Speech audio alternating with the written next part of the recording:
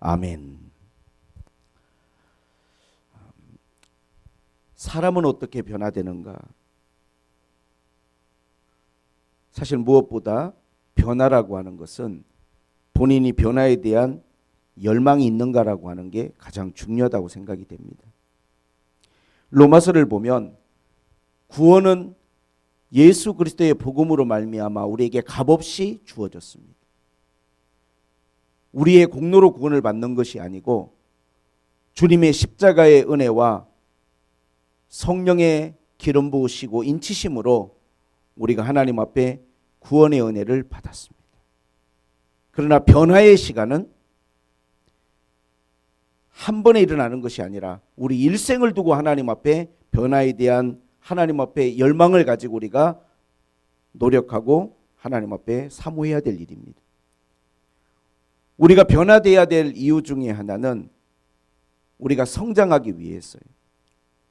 우리가 만약에 변화하지 않는다면 우리는 더 이상 성장하지 못하고 우리의 삶의 수준과 우리의 모든 생각이 거기에 딱 멈춘 상태로 우리 인생을 살아갈 수밖에 없습니다. 그러나 변화된다면 우리는 더 많이 성장할 수 있고 더 많은 하나님 은혜와 하나님이 주시는 축복을 누릴 수가 있어요. 그리고 궁극적으로는 우리의 구원이 더 견고해지고 완전해진다라고 여러분에게 말씀드리겠습니다. 마땅히 우리가 하나님 앞에 구원을 받고 구원받은 하나님의 백성으로서 이제 거기에 맞게 우리의 삶은 변화돼야 되겠죠.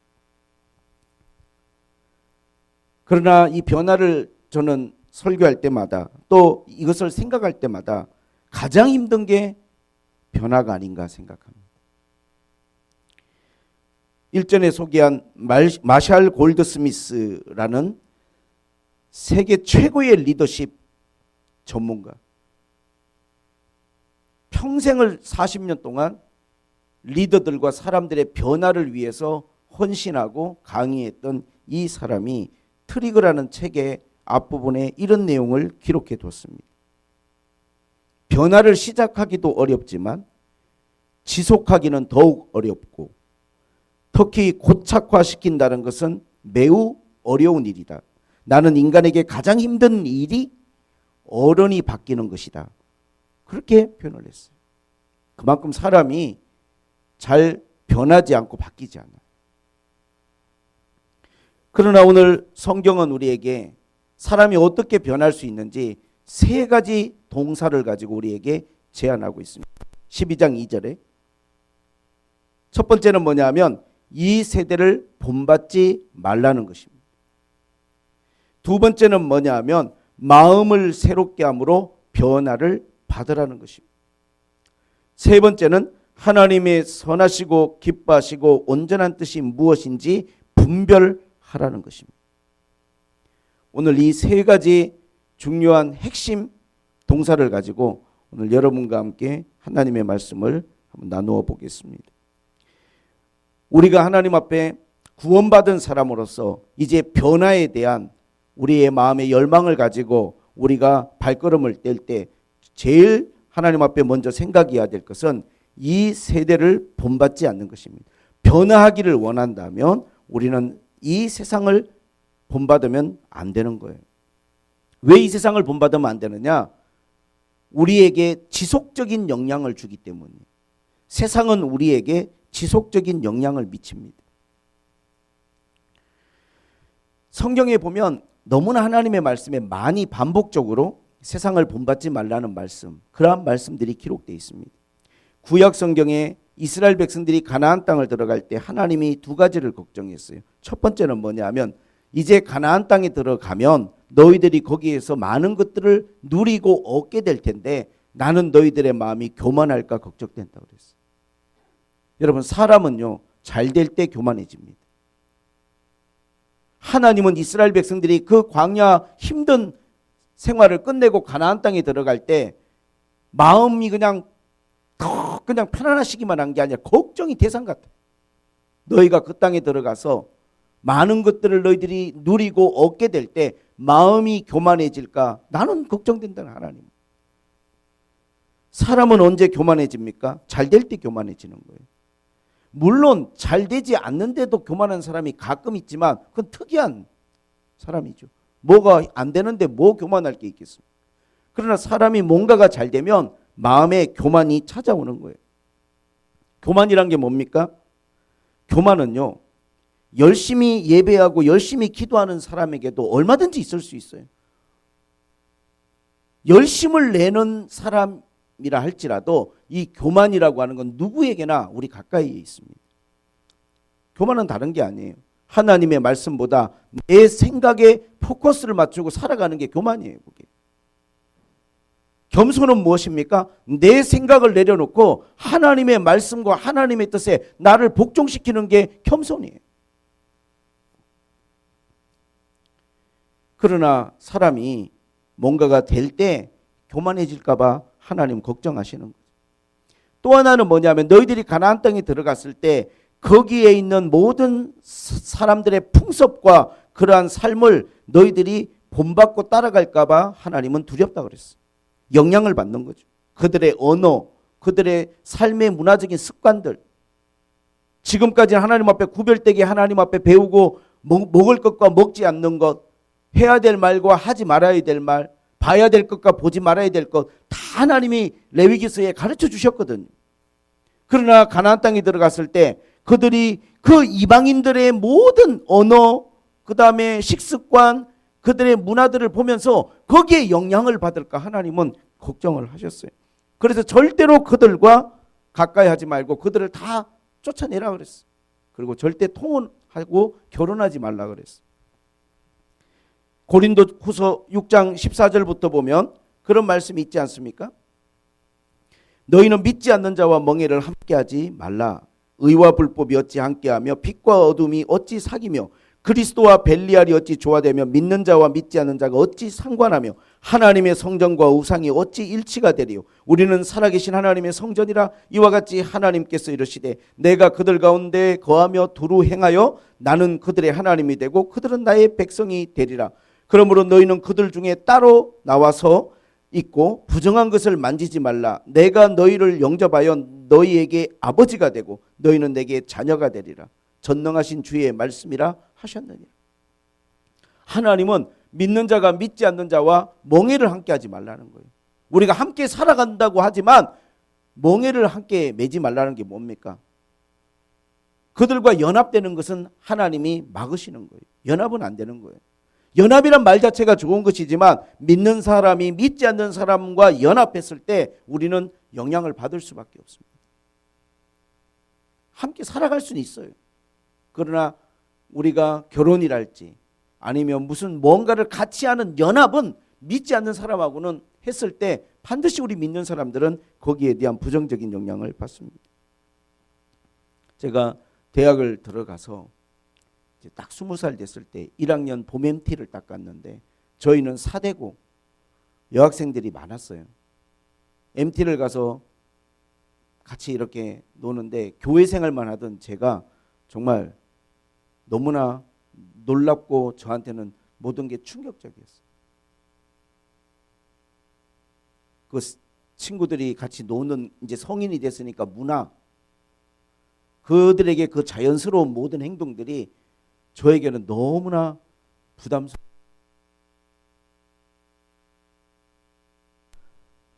대학교 1학년 첫 MT를 갔다 오고 난 이후에 졸업할 때까지 MT를 한 번도 안 갔어요. 함께 할 수 없는 거예요. 그들과 함께 먹을 수 없고 그들이 하는 그 놀이와 그 모든 것들을 공유할 수가 없는 거예요. 제가 너무 마음이 아팠어요. 그래서 제가 뭐 이상하게 산 건 아니고 그 친구들하고 친하게 지내고 가깝게 지냈지만 함께 몇 박 며칠로 놀러 가는 거를 공유할 수 없었다는 이야기예요. 가깝게 지냈지만 연합이 힘든 거더라고요.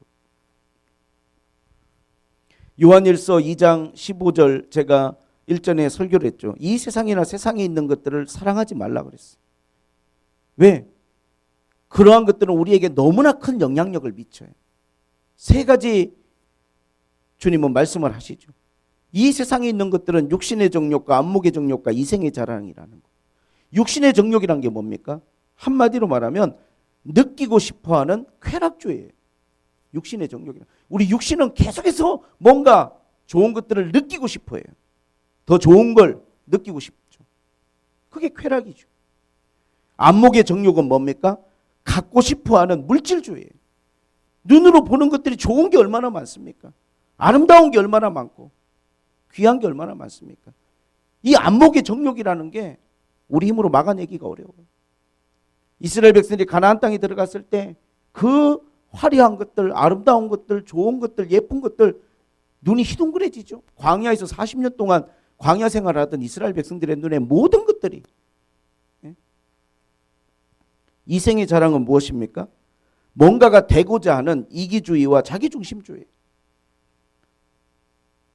이 세상에 있는 것들은 다 그런 것들이라는 거예요. 우리가 변화를 하나님 앞에 받기를 원하고 내가 거듭난 사람으로서의 삶을 살아가기를 원한다면 나에게 지속적으로 영향을 주는 이 세상에 대해서 우리가 하나님 앞에서 우리 마음에 뭔가 결단이 필요하죠. 분명히 거기에 대한 우리에게 하나님 앞에서의 믿음이 필요합니다. 탈북민들이 한국에 와서 정착하는데 가장 힘든 게 뭔가 봤더니 한국 생활하는데 가장 힘든 게 아이들 특히 키우면서 핸드폰이나 이런 게 가장 힘들대요. 끊을 수가 없는 거예요. 중독 수준입니다. 너무나 영향을 많이 받아요. 거기에 애들이. 너무나 영향을 받습니다. 어마무지한 영향이 거기서부터 와요. 애들이 유튜브를 너무너무 사랑하죠. TV나 드라마 얼마나 많은 영향을 미치는지 몰라요. 그런 세상의 문화들이. 바울이 이 세대를 본받지 말라고 했던 2000년 전이나 여호수아가 가나안 땅에 들어갔던 바로 그 세대나 우리가 살아가는 이 세대나 모든 세대는 각자 우리 믿는 사람들이 경계해야 될 것들이 있고 본받지 말아야 될 것들이 있어요. 지금 우리가 살아가는 이 세대는요, 극도로 쾌락주의와 물질주의와 이기주의가 많이나 말세에 나타난 징조들이 다 나타나는 그런 시대를 우리가 살아가니까 진짜 내가 하나님 앞에서 변화되기를 원한다면 그러한 세상을 따라가면 안 되고 본받으면 안 되는 거예요. 근데 우리가 그런 사람들하고 교제하고 교류하고 연합하고 가까이 하다 보면 그런 세상의 어떠한 영향력들이 우리에게 엄청나게 들어와요. 이게 막을 수가 없습니다. 애들이나 어른들도 다 마찬가지. 그래서 바울은 이야기합니다. 우리가 하나님 앞에 변화되기를 원한다면 이 세대를 본받으면 안 된다고. 따라가면 안 되는 거죠. 빌립보서 3장 18절 19절에 내가 여러 번 너희에게 말하였거니와 이제도 눈물을 흘리며 말하노니 여러 사람들이 십자가의 원수로 행하느니라. 그들의 마침은 멸망이고 그들의 신은 배고 그 영광은 그들의 부끄러움에 있고 땅의 일을 생각하는 자라. 그들의 신이 배라는 거예요. 배. 이 배예요. 그냥 오직 생각하는 것과 그 마음의 중심에 있는 게 먹고 살아가는 것밖에 없어요. 이 배. 배만 살찌는 거죠. 땅의 일만 생각하는 거. 세상이 그렇잖아요. 이 세상이 하늘의 일을 생각합니까? 죽음 이후의 일들을 생각합니까? 이 땅의 일만 생각하지. 그래서 우리가 하나님 앞에 변화되기 위해서 먼저 우리가 하나님 앞에 마음을 가져야 될 것은 나에게 지속적으로 영향을 주는 게 뭔가? 그게 하나님의 말씀이고 하나님의 은혜고 하나님의 성령이고 하나님으로부터 영적 동기부여와 영적인 것들을 계속 우리가 공급을 받는다면 우리의 마음이 거룩해지겠죠. 그러나 우리가 하나님과 함께하는 시간, 영적 공동체와 함께하는 시간, 같이 예배하고 기도하는 시간은 점점 줄어드는데 내가 세상의 것들을 연합하고 교류하는 것들이 많아지면 당연히 우리는 세상의 것들에 지배를 당하고 영향을 받을 수밖에 없는 거예요. 그러므로 여러분들이 하나님 앞에서 변화되기를 원하고 새로워지기를 원한다면 더 하나님을 가까이 하셔야 되고 더 하나님 앞에 모이기를 힘써야 되고 거기에 의미와 가치를 부여하고 우리의 자녀들과 함께 교회 공동체의 어떤 모임이나 그러한 예배나 그러한 일들에 적극성을 가지고 우리가 참여해야 돼요. 왜? 선한 영향력을 받고 영적인 영향력들을 계속 우리가 하나님 앞에 받아야 되기 때문에 그래야 변화가 일어나거든요. 변화는 한 번에 일어나지 않습니다. 두 번째는 오늘 본문에 보니까 바울이 우리에게 제안한 것이 뭐냐 하면 이 세대를 본받지 말고 마음을 새롭게 함으로 변화를 받으라고 했어요. 마음을 새롭게 함으로 변화를 받아라. 우리는 변화를 생각할 때 많은 사람들은요, 어떠한 행동의 변화나 환경의 변화나 또는 상대방의 변화들을 많이 생각을 해요.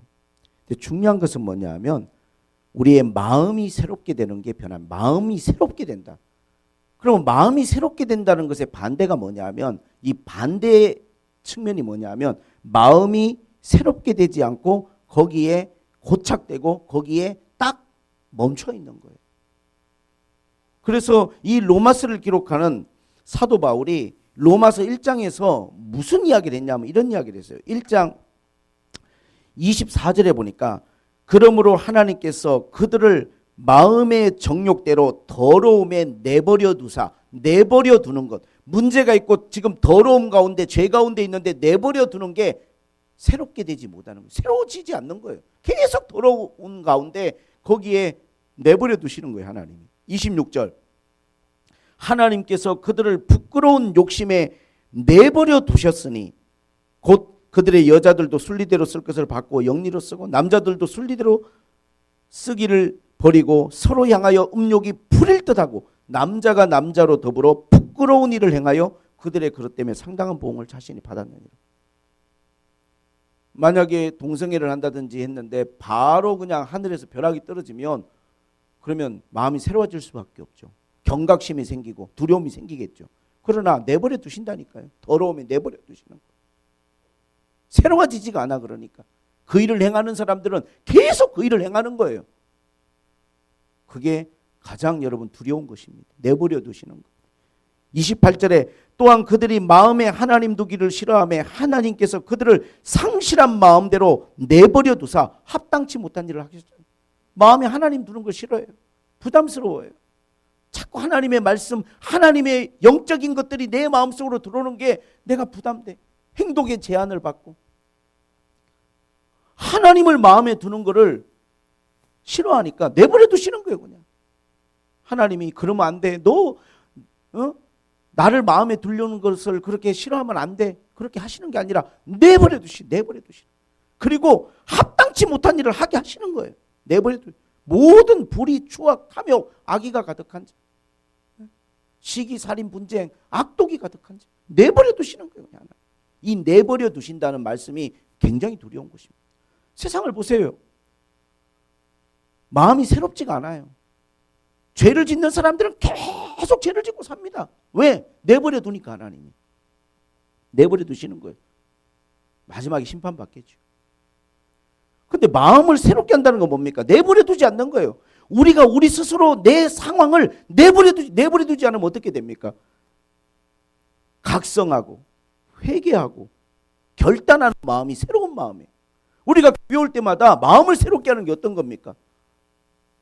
그냥 뭔가 문제가 있고 잘못이 있고 분명히 우리가 하나님 앞에서 회개해야 될 게 있는데 내버려 두는 거죠. 자기 스스로 자기를. 나 건들지 마. 내버려둬. 난 이렇게 살 거야. 하나님 내버려 두시는 거예요. 그냥. 그러나 우리가 마음을 새롭게 함으로 변화를 받는 거죠. 뭔가 하나님 앞에서 새롭게 되기 위해서 내 마음을 하나님 앞에 새롭게 하려고, 내 마음을 하나님 앞에 각성하려고, 내가 뭔가 하나님 앞에 결단하려고, 그러한 마음의 자세, 그러한 태도가 새롭게 하는 거예요. 새롭게 하는 거죠. 자꾸 마음을 새롭게. 물론 그렇다고 할지라도 그렇게 마음을 새롭게 해서 변화를 지속하거나 고착시키는 건 굉장히 어려운 일이라니까. 이게 쉽지가 않아요. 그래서 우리가 때때로는 어떤 상황이 벌어지냐면 실망하고 나 자신에게 좌절할 때가 있어. 쉽게 변하지 않으니까. 많은 사람들은요, 변화에 대해서 생각하고 뭔가 변화에 대한 열망이 있기는 있는데 어떤 식의 변화에 대한 열망을 갖냐 하면 환경의 변화를 원해요. 환경의 변화에서 가장 핵심은 돈입니다. 여러분. 환경을 바꾸려면 돈이 있어야 되잖아요. 집이 좀 넓어지고 차가 넓어지고 쾌적해지고 좋아지려면 다 돈이잖아요. 응? 돈이 좀 더 있었으면. 또 자신의 외모에 대해서 많이 생각해요. 자기 사랑이 많죠. 응? 내가 좀 뭐 눈이 더 컸으면, 키가 더 컸으면, 뭐 배가 좀 어땠으면, 뭐가 어땠으면, 자기 외모에 대한 끊임없는 우리가 생각을 합니다. 또는 어떤 사람들은 변화를 생각할 때 상대방의 변화를 생각해요. 우리 남편이, 우리 아내가, 우리 아이들이 좀 더 친절하고 부모를 존중하고 예의 바르고 이랬으면 얼마나, 공부를 좀 더 잘했으면 얼마나 좋을까. 모든 변화를 환경이랄지 경제적인 어떤 더 풍요로움이나 아니면은 나 아닌 다른 어떤 대상들이 변하는 것에 대한 되게 우리가 열망을 갖고 있어요. 가끔은 사람들이 나의 생각과 행동을 변화시키고 바꾸고자 하는 사람들이 있어요. 근데 문제는 뭐냐면요. 내가 아내에게 더 잘해주고 싶고 친절하고 싶고 내가 애들한테도 화를 폭발하거나 내가 그런 모습을 보이지 않고 싶고 또 형제들이나 내 가까운 지인들에게 내가 더 배려심 있는 사람으로 그들에게도 잘해주고 잘 지내고 싶고 이런 마음이 우리 마음속에 막 일어나고 내가 좀 이렇게 변화돼야지 하는데 문제는 변하지 않는 거예요. 조금만 시간이 지나면 또 화가 치미고 또 원망으로 가버려요. 그냥. 이러니까 내가 변할 수가 없어. 이러니까 내가 변하지 않는 거야 라고 모든 원인을 상대방에게 돌려버립니다. 그리고 변하지 않는 자기 자신에 대해서 실망을 해버려요. 그러한 노력들이 부질없게 느껴지고 화가 나기도 하고 좌절하기도 하죠. 여기서 문제가 뭐냐면 내가 왜 이런 행동을 하는지, 내가 왜 이런 행동을 계속 불친절하거나 화를 내거나 내가 왜 이런 행동을 계속 지속하고 있는지 이유를 추적하지 못하고 있다는 거예요. 이유가 있어요. 우리가 뭔가 변하고 싶지만 변하지 않는 우리 안에 이유가 있다. 그게 우리의 마음이에요. 저는 이제 아이들 이렇게 키우면서 보니까 알레르기 애들이 반응들이 좀 있더라고요. 한 번은 우리 막내가 그냥 고양이를 만지고 왔는데 정말 그냥 얼굴부터 발까지, 발가락까지 온몸에 두드러기가 막 다 올라와 가지고 난리가 난 거예요. 몰랐죠. 고양이를 놀고 와서 고양이 알레르기가 있는지 우리 막내가. 지난주도 그렇고 최근에 우리 또 둘째는 뭔지 원불명의 알레르기가 있어갖고 다 올라오는 거예요. 이게. 그러면 병원에 피부과에 가니까 차갑게 해주고 알레르기 약을 주니까 가라앉아요. 이게 약을 먹고 주사를 맞으면. 근데 문제는 뭐냐면 이게 어떤 거에 그 반응이 나오는지를 추적을 해가지고 내가 뭐 때문에 이 알레르기가 나오는지 그 원인을 피검사에서 정확하게 찾아내지를 못하면 한번 그렇게 올라왔던 게 가라앉히고 나면 또 올라오고 또 올라오고 또 올라오잖아요. 그래서 검사해 보면 어떤 사람은 무슨 복숭아 알레르기도 있는 거고 진먼지 알레르기도 있는 거고 어떤 사람은 무슨 첨가물의 알레르기도 있는 거고 다 알레르기가 있는 거예요. 그러니까 이제 온몸에 두드러기가 나오는 거예요. 그러니까 그 내가 민감하게 반응하는 것에 대해서 조심하는 수밖에 없어요. 안 먹어야죠. 그러면 그거를 복숭아를 안 먹든지. 예전에 우리 성도님 자녀 중에 보니까 견과류 알레르기 있던데 온 몸에 다 올라오잖아요. 나중에 숨도 못 쉴 수 있어요. 그래서 응급실 가야 되는 거죠. 그러면 내가 그걸 조심해야 되는 거예요. 우리가 어떠한 변화를 원한다면 우리 자신들의 마음을 한번 하나님 앞에서 깊이 들여다보고 기도의 시간을 가지고 성찰의 시간을 가져야 돼요. 내가 왜 이런 상황에서 이런 행동들을 하는지를 내 마음. 근데 우리가 자꾸 환경의 변화를 아니면 나 아닌 상대방의 변화만을 계속 우리가 생각하게 되면 우리는 변하지도 못하지만 성장하기 어려워요. 변화의 핵심은 뭐냐? 마음을 새롭게 함으로 내가 변화를 받아요. 내가. 내 안에서 변화가 일어나야 되는 거예요. 마음이 새로워지고.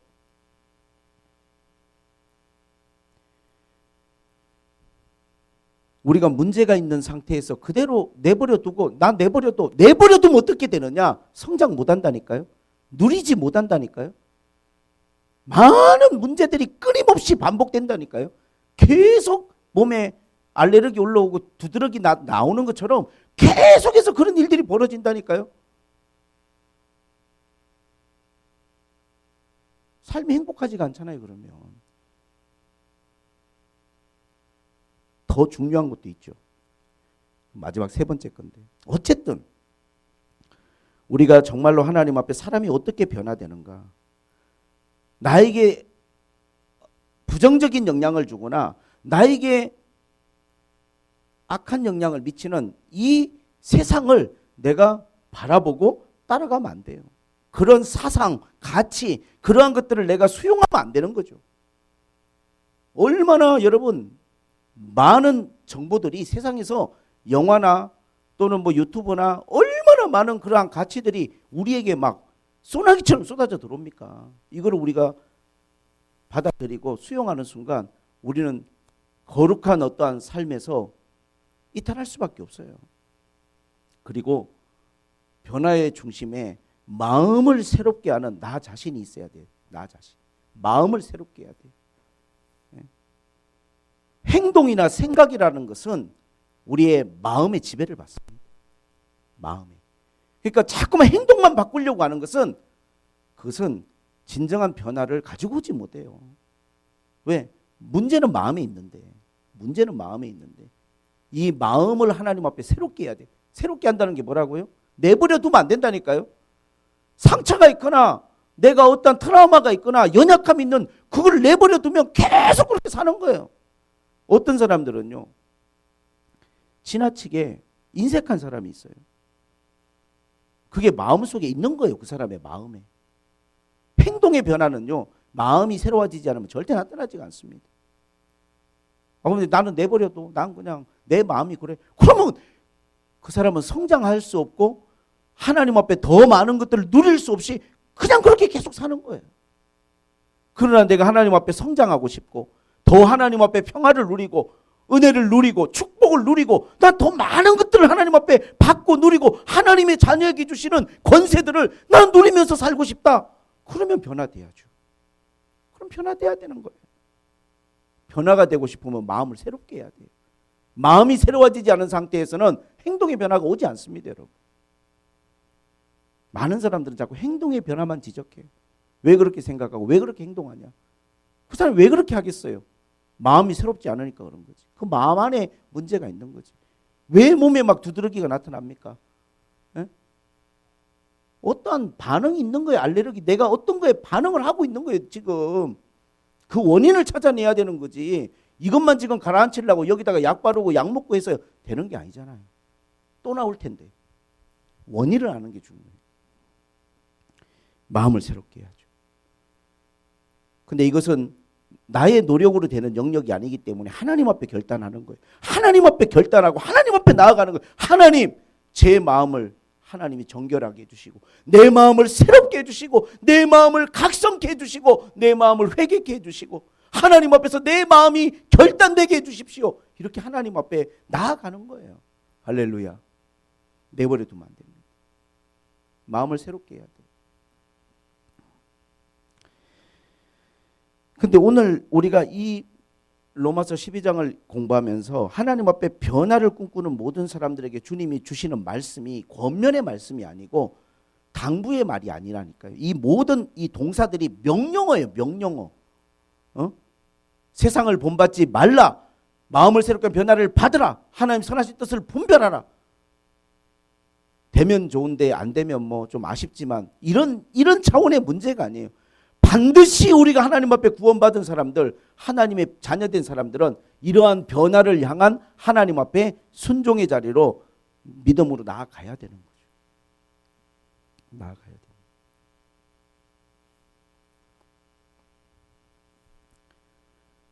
항상 이야기하지만 범죄한 아담과 하와가 제일 먼저 범죄하고 난 다음에 보인 반응은 상대를 탓하는 것이었어요. 상대를 탓하는 거. 물론 그럴 수 있죠. 분명히 원인 제공을 했어요. 하와가 선악과를 먹으라고 아담에게 줬으니까 아담의 말이 틀린 말은 아니에요. 그러나 그것은요. 하나님 보시기에 합당한 말이 아닙니다. 우리의 마음이 새로워져야 돼요. 내 마음이 하나님 앞에 새롭게 돼야 돼요. 마지막은요. 오늘 여기 말씀해 보니까 하나님의 선하시고 기뻐하시고 온전하신 뜻이 무엇인지 분별하라 그랬어요. 분별하라. 여러분, 우리가 하나님 앞에서 저는 이런 생각을 이번 주에 한번 해봤어요. 하나님을 내가 감동시킬 수 있나? 하나님을 감동시키면 좋겠다. 살면서 감동을 받거나 감동을 주는 그러한 인생을 산다는 건 참 복이 있는 거죠. 감동이라는 영어 단어를 보니까 moved예요. moved. 움직이는 거죠. 마음이 움직이는 거예요. 뭔가 마음이 출렁하는 거야. 그래서 그게 웃음으로든 눈물로든 마음의 감동을 받으면요, 뭔가가 일어나죠. 마음의 감동을 받으면 뭔가가 일어나요.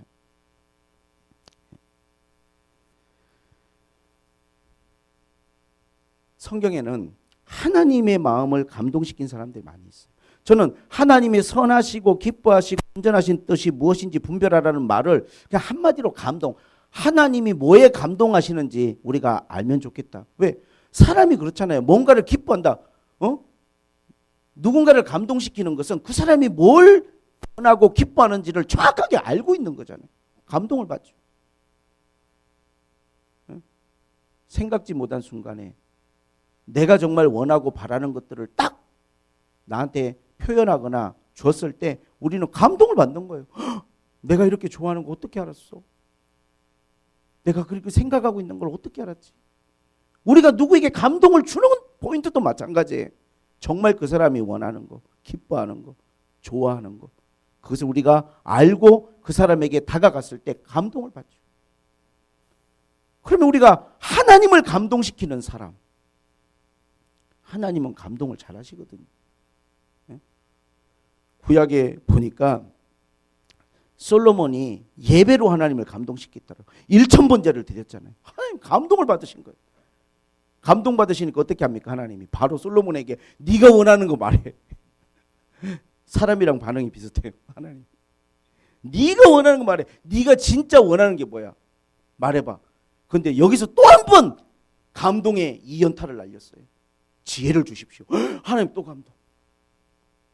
야, 네가 원하는 걸 말하라 그러면 뭐 오래 살도록 해달라고 하거나 부귀영화를 달라고 하거나 강력한 국가를 달라고 할 만도 한데 원하는 걸 말하라니까 나는 어린아이같이 부족하니까 이 백성들을 잘 이끌어갈 수 있도록 지혜를 달라고 이렇게 겸손하게 네가 나에게 요구하니 나는 또 감동. 하나님이 예배의 감동, 그의 기도의 감동, 또 감동. 감동하니까 또 하나님 어떻게 하십니까? 네가 원하는 지혜 플러스 부귀와 영화와 네가 이 세상에 살았던 모든 사람들보다 더 모든 것들을 누리고 살아갈 수 있는 축복을 너에게 다 내가 주마. 이게 감동받으시는 하나님의 반응이. 아브라함도 하나님을 감동시켰죠. 아브라함의 감동 믿음이에요. 믿음. 하나님이 아브라함에게 이삭을 번제로 드리라고 했는데 창세기 22장 12절에 보니까 네가 네 아들 네 독자까지도 내게 아끼지 아니하였으니 내가 이제야 네가 하나님을 경외하는 줄을 아노라. 감동받으셨어요.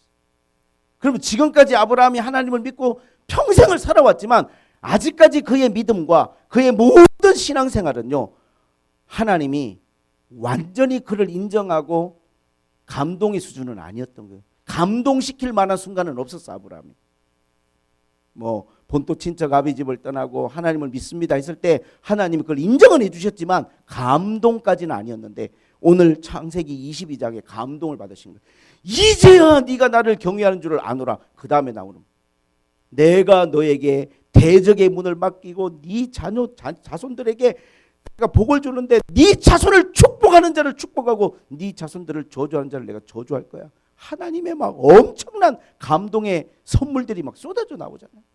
하나님을 감동시켜.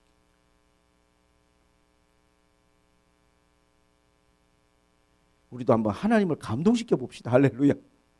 네. 자녀들은 좀 부모님을 감동시키면 좋죠.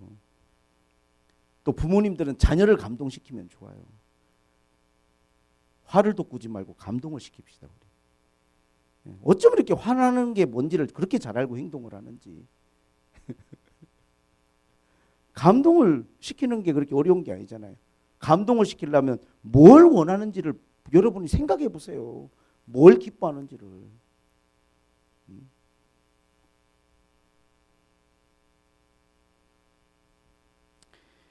그래서 하나님이 선하시고 기뻐하고 온전하신 뜻이 뭘까? 저는 이거를 감동이라고 생각한다니까. 하나님을 감동시키는 포인트. 다윗은 하나님을 감동시켰어요. 사무엘상 17장에 보니까 블레셋과 전쟁하는데 골리앗 앞에 모두가 주눅들어서 하나님의 백성이라고 말하기도 힘들 정도로 초라하고 궁색하고 아주 그냥 찌질하고 그런 모습으로 다 의기소침해 있을 때 다윗은요 아직 나이 어린 10대였지만 그 앞에 가서 도대체 저 사람이 골리앗의 키가 2m 90이거든요. 2m 90 거인이에요. 들고 있는 창이 56kg인가 그랬대요.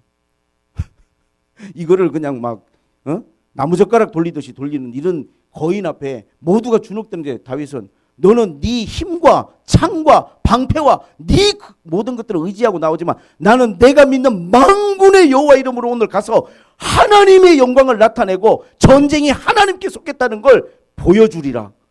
여러분 하나님 감동 완전히 감동받아 버렸어. 다윗에게 완전 감동받았어. 내 마음에 합한 자다. 이거는 진짜 내 마음에 쏙 드는. 근데 많은 사람들은요 하나님의 선하신 뜻이 무엇인가에 관심은 없고 이런 말들을 많이 생각하면서 살아가는 거죠. 어떤 말들을 생각하나? 사람들이 생각하는 것은 얼마나 좋을까요? 얼마나 좋을까? 들어보세요. 더 연봉 많이 주는 직장에 가면 얼마나 좋을까? 저 집을 내가 살 수만 있으면 얼마나 좋을까? 저 건물이 내 건물이면 얼마나 좋을까? 우리 아이들이 공부 잘해서 서울대를 가면 얼마나 좋을까? 목사는 우리 교회가 부흥이 돼가지고 큰 교회가 되면 얼마나 좋을까? 되게 영적인 이야기 같지만요. 가만히 보면 사람들은 다 꿈이 있고 희망이 있고 바람이 있는데 모든 게 자기에게 맞춰져 있어요. 하나님이 얼마나 좋을까에 대한 관심은 별로 없고 하나님이 얼마나 좋으실까 이렇게 하면 여기에 관심이 있는 게 아니라 이렇게 되면 내가 얼마나 좋을까 여기에 너무 포커스가 맞춰져 있다. 그러니까 삶의 변화가 일어나지 않아요. 하나님의 감동을 못 받으셔요. 본인이 원하는 것은 자기 배예요. 그냥. 우리 예수 믿는 사람도 사업도 하고 축복도 많이 받아야죠. 저는 축복기도 합니다. 선포하고. 우리 서브텍이 큰 기업이 되고 조절기 우리 국내 1위가 되기를 저는 축복합니다. 그러나 뭘 위해서요? 내 배를 위해서? 하나님의 영광을 위해서 하나님 앞에 하나님의 기쁨이 되고 하나님의 영광이 되기 위해서 내가 그런 하나님 앞에 변화와 은혜를 꿈꾼다면 하나님이 감동하실 거예요. 하나님을 감동시키는 사람들이 필요합니다, 여러분. 하나님은 감동할 준비가 되어 있어요. 우리는 언제 감동하냐면요. 거대한 자연 앞에서 감동하죠. 거대한 자연 앞에서 와.